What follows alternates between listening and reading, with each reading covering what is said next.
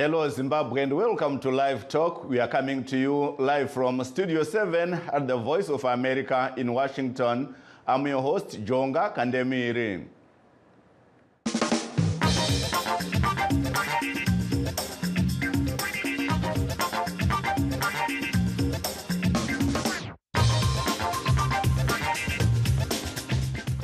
Today we are talking about the tightening of fresh targeted sanctions imposed on President Emmerson Mnangagwa, his wife Auxilia, several ZANU-PF and government officials and entities said to be working with those accused of human rights violations and corruption. But first, a look at what is happening elsewhere. Here in the United States, Super Tuesday, the night that has been known to make or break candidates in the past, is over. More convention delegates are awarded on Super Tuesday than any other night of the campaign year. 15 states and a U.S. territory conducted primaries and caucuses for the Democratic and Republican presidential candidates. VOA's senior Washington correspondent Caroline Pesuriti brings us the highlights and tells us what's next. It is the biggest night yet in the presidential campaign, and former President Donald Trump comes out the victor on the Republican side. We're going to make America great again, greater than ever before. Thank you very much. It's been a big night. The former president won all but one of the states on Tuesday and leads rival Nikki Haley by hundreds of delegates. The former UN ambassador won Vermont on Tuesday and Washington, D.C. over the weekend. The reason I'm doing this is for my kids and your grandkids. On the Democratic side, President Joe Biden was by far the winner on Super Tuesday, except for losing American Samoa. The president released a statement asking Americans, are we going to keep moving forward or will we allow Donald Trump to drag us backwards? Haley had hoped more voters, even Democrats, would choose her as an anti-Trump vote, but it proved difficult to get enough primary voters to adopt the strategy. My primary concern this election is the preservation of America as I know it, which means leadership that is not Donald Trump. So whether that is supporting President Joe Biden or whether that is, casting a vote for a more moderate Republican, either achieves that goal. Reg Mitchell disagrees. Donald Trump. 4 more years if we can do it. The first 4 went well as far as I was concerned.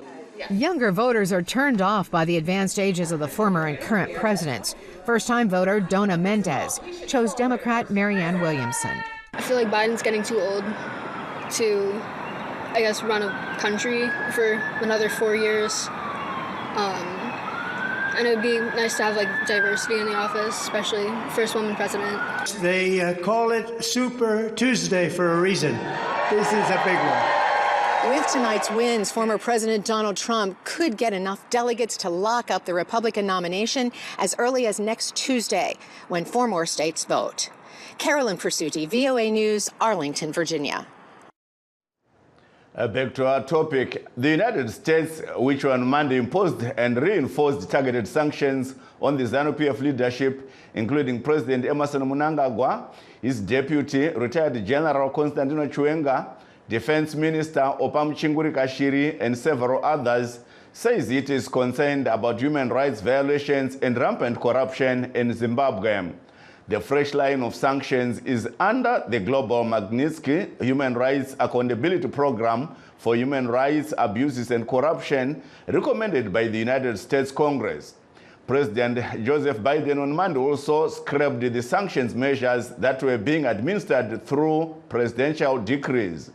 The current sanctions will be handled by the Office of Foreign Assets Control, which also controls measures under the Zimbabwe Democracy and Economic Recovery Act, or ZIDERA.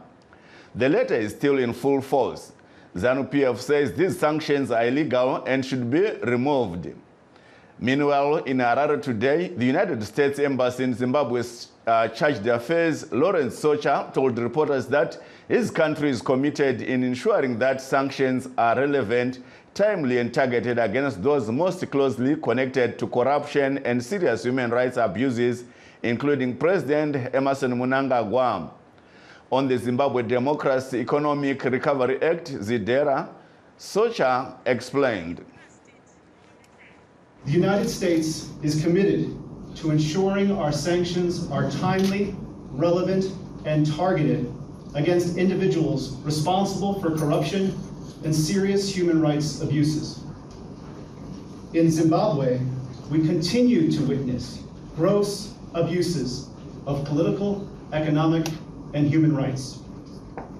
The targeting of civil society and severe restrictions on political activity have stifled fundamental freedoms, while key actors, including government leaders, have siphoned off government resources for personal gains. Sanctions on these individuals and entities do not represent a sanction on Zimbabwe or its public. The United States reaffirms its commitment to working with the people of Zimbabwe. This sanctions transition makes clear what has always been true. U.S. sanctions are not on the country of Zimbabwe.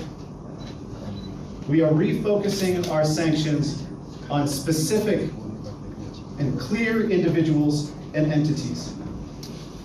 We continue to urge the government of Zimbabwe to take concrete steps to more open and democratic governance, including addressing corruption and protecting human rights.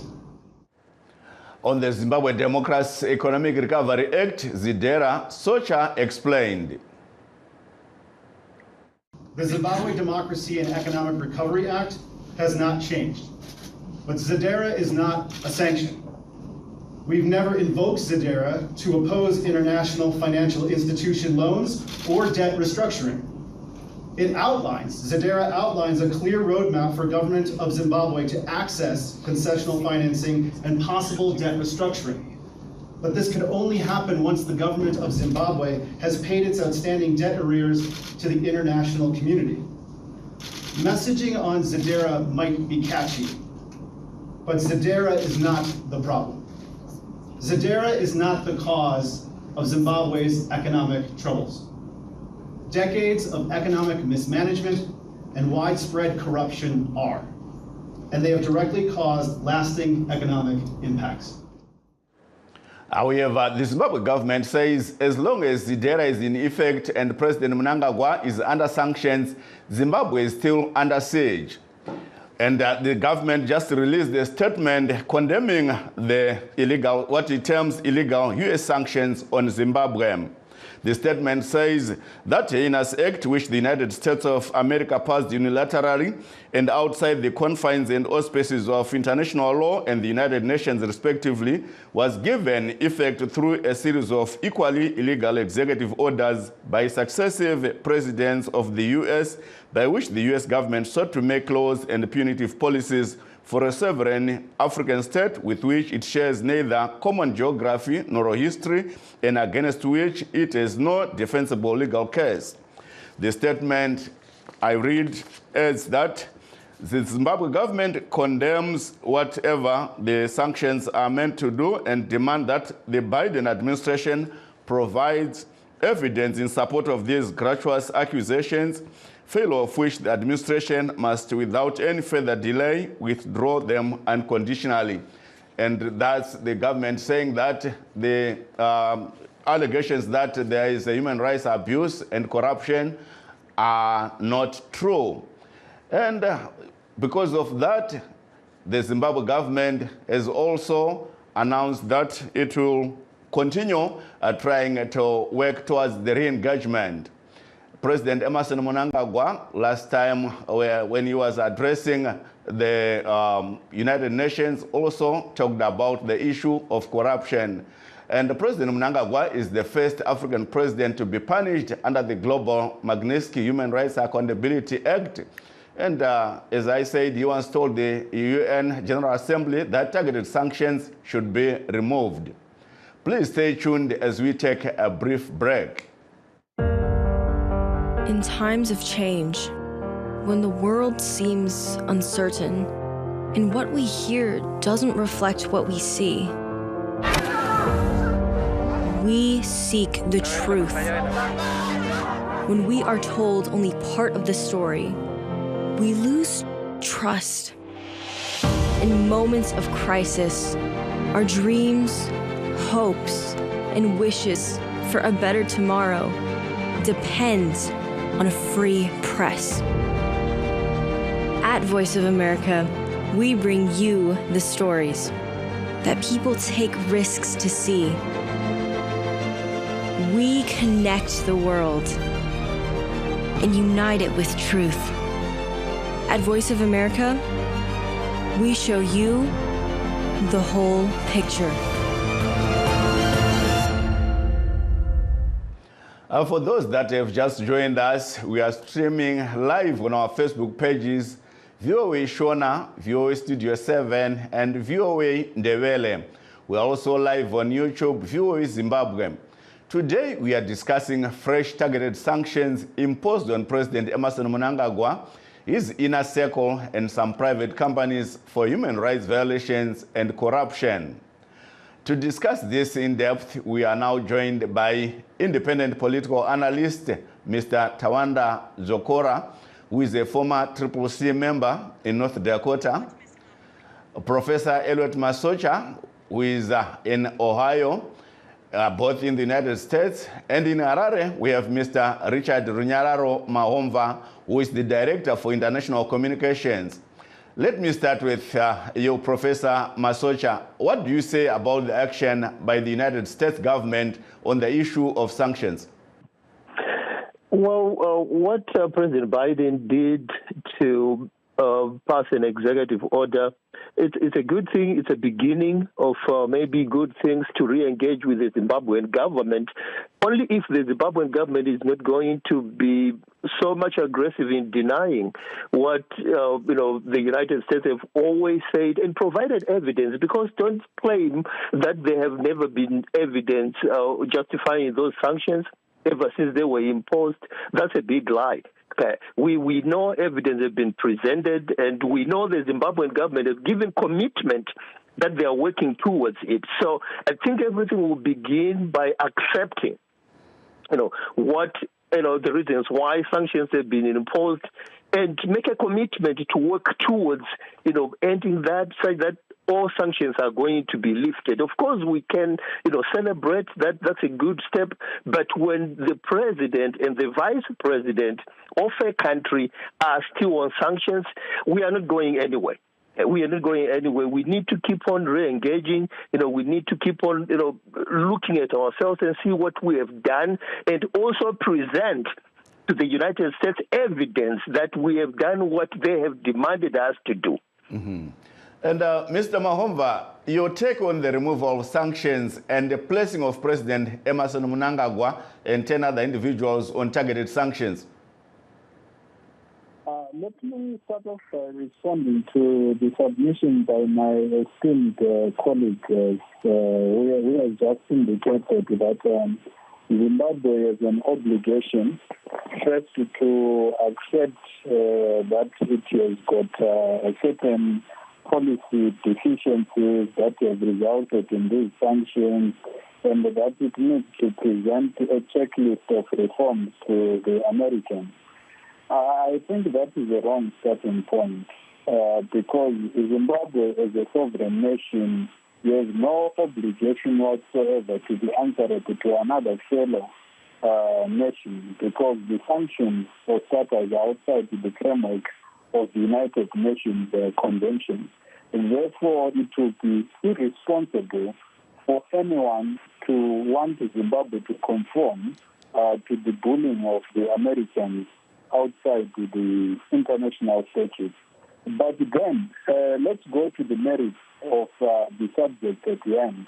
The first thing is that these sanctions have always been there.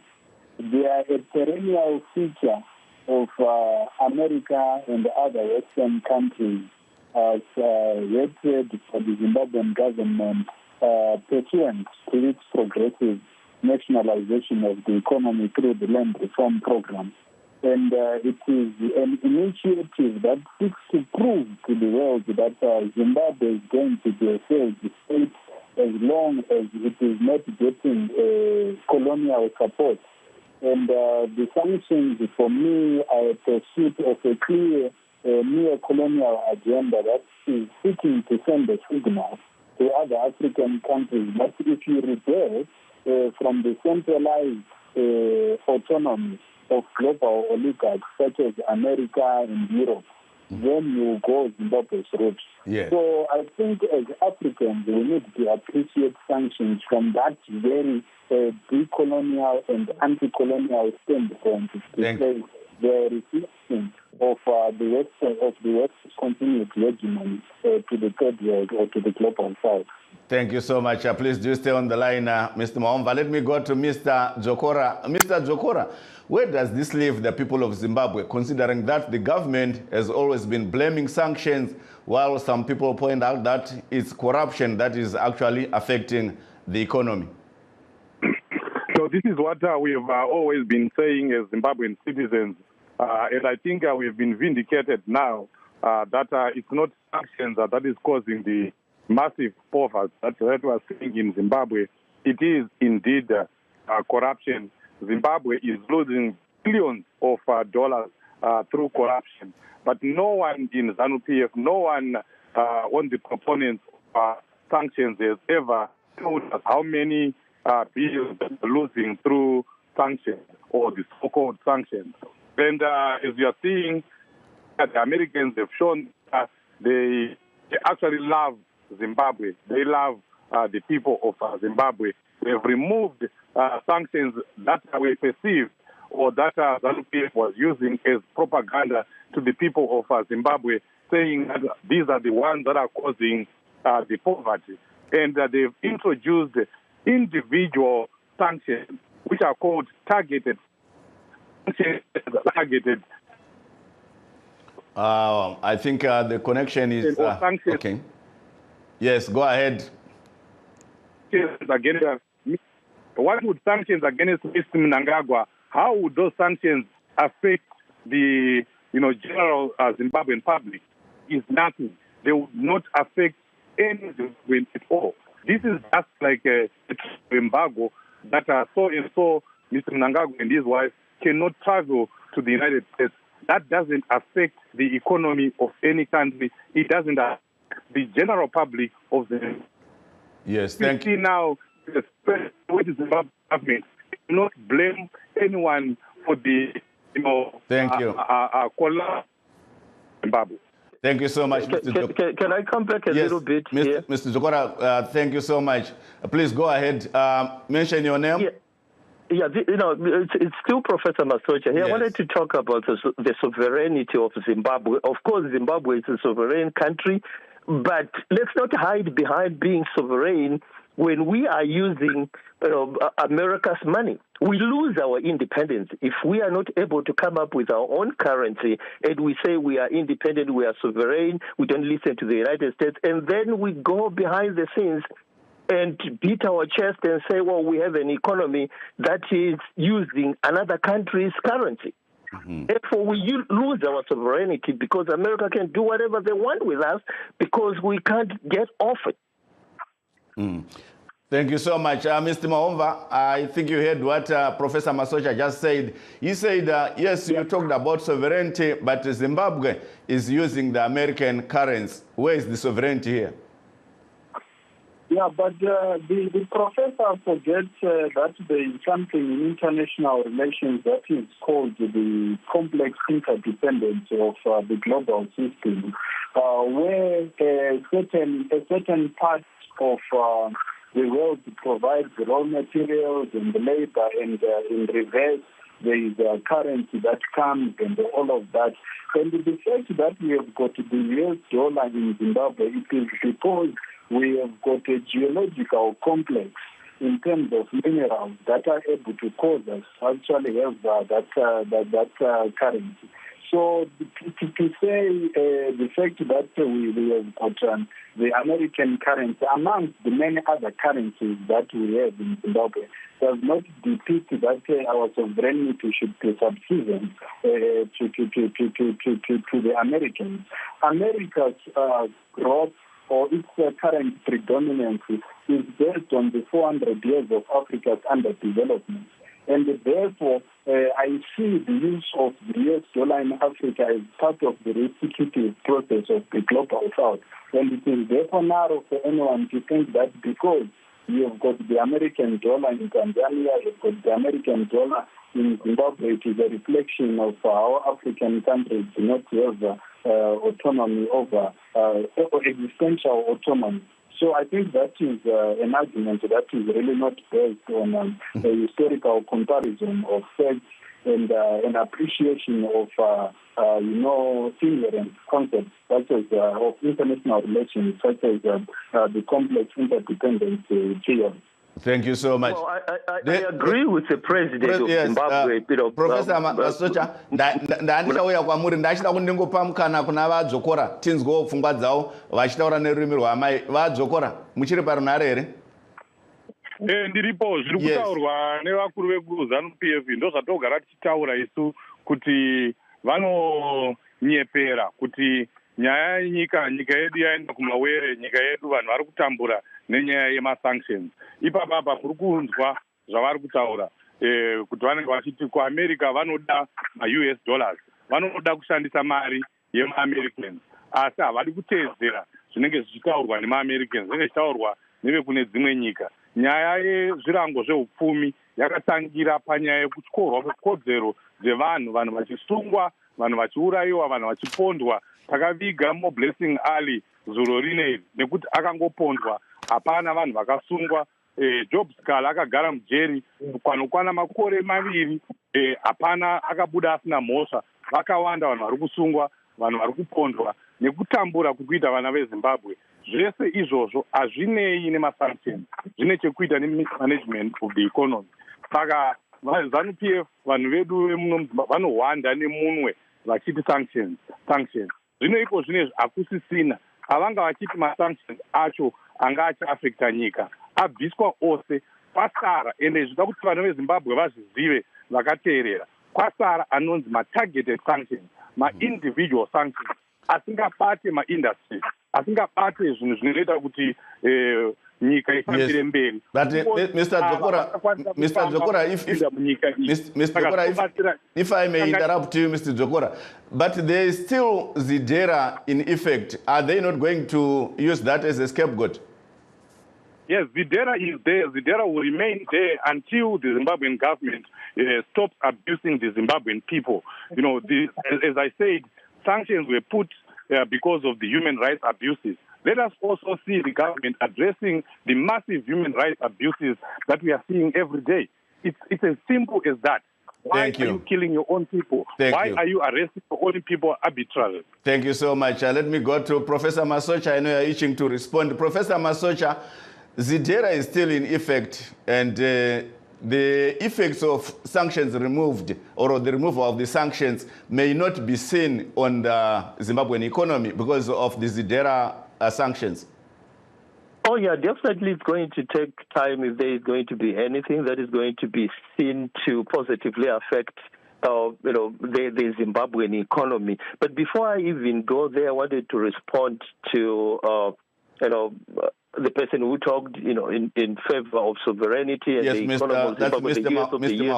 The president of Zimbabwe, Mr. Mnangagwa himself, came out publicly and said there is no country in the world that ever developed using another country's money. So let's not hide behind, international relations and this and that, when we all know that using another country's money will not get us anywhere. Using the US dollar will not get us anywhere. We have failed.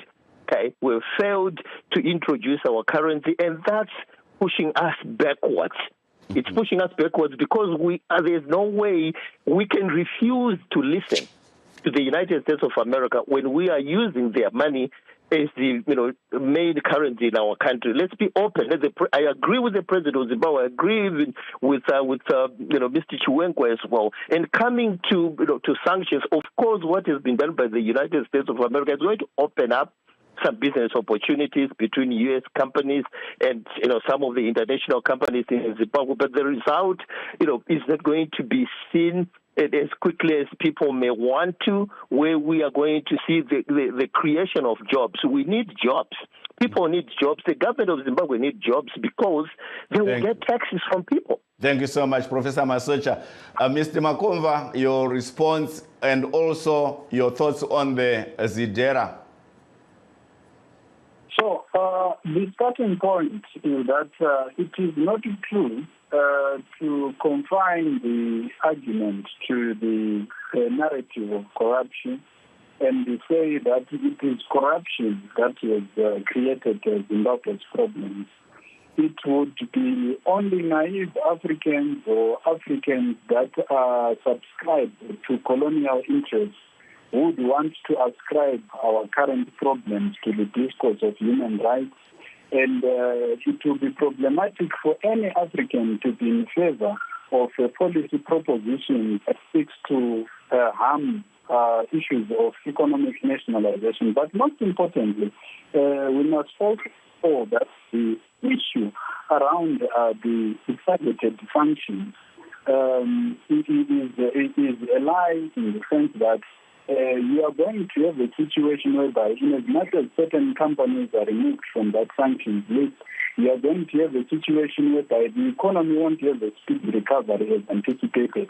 Therefore, to argue now that these sanctions are gone, we want to see what the ZANU-PF would say. But the ZANU-PF government is a victim of the very same sanctions. Thank you. Have actually created for 20 years. And you can't expect the damage of 20 years to be fixed within a year or within months. It's going to take some time. And it's working in favor of the Americans and the territorial interests that they have, because they actually wanted to Thank you so much. This policy as early as prior to our elections, as part and parcel of an election strategy that they were using in favor of Thank you, Mr. Mahova. to say when they remove sanctions.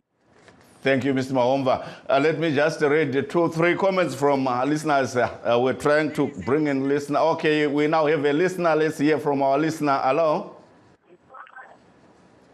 Hello? Ndiani vari parunhare? Hello? Taurai tinzwe? Yeah. Hello? Yes, taurai? Because you need to understand that and Joburg right now. Panya sanction apa tendo kumbra like effort in kurunika akazidalda ngadi siyo back to kuchambura muno kutrikunja. Right now kuna munhu ari kuzviemezvezvita. I think 90% emaZimbabweans were now in South Africa because of poverty. Thank you. Thank you so much. Regaitinzwe kubva kuna dina Professor Masocha, 30 seconds, the last word. Yeah, my sanctions are reposed there. Of course, I know affect vanhu vakawanda. Vanhu havatombozvivi kuti iyesu vari kuno vari kudiaspora like iyeni pachangu masanctions acho akatondiafecta. Mari yangu yablokewa yaifanira kunotenga stand kuZimre simply because I put in the name Zimre in the bank transfer. Mari yacho yakablokiwa. Saka zvinhu zvinototivharawo isusu kuti tikwanise kudevelopa nyika yedu, which means hurumende inofanira kushanda zvakasimba kuona kuti masanctions aya apera here nokutaurirana kwete nokukandirana makobvu namatete. Thank you so much. That brings us to the end of our show. And I would like to take this opportunity to thank our guest, Mr. Richard Runyalaro Mahomva, who is the Director for International Communications Services in the Ministry of Information, Mr. Tawanda Dzokora, Political Analyst, and Professor Eliot Masocha, an economist. Signing off, this is Jonga Kandemiri in Washington saying, please continue supporting Studio 7. We are here for you.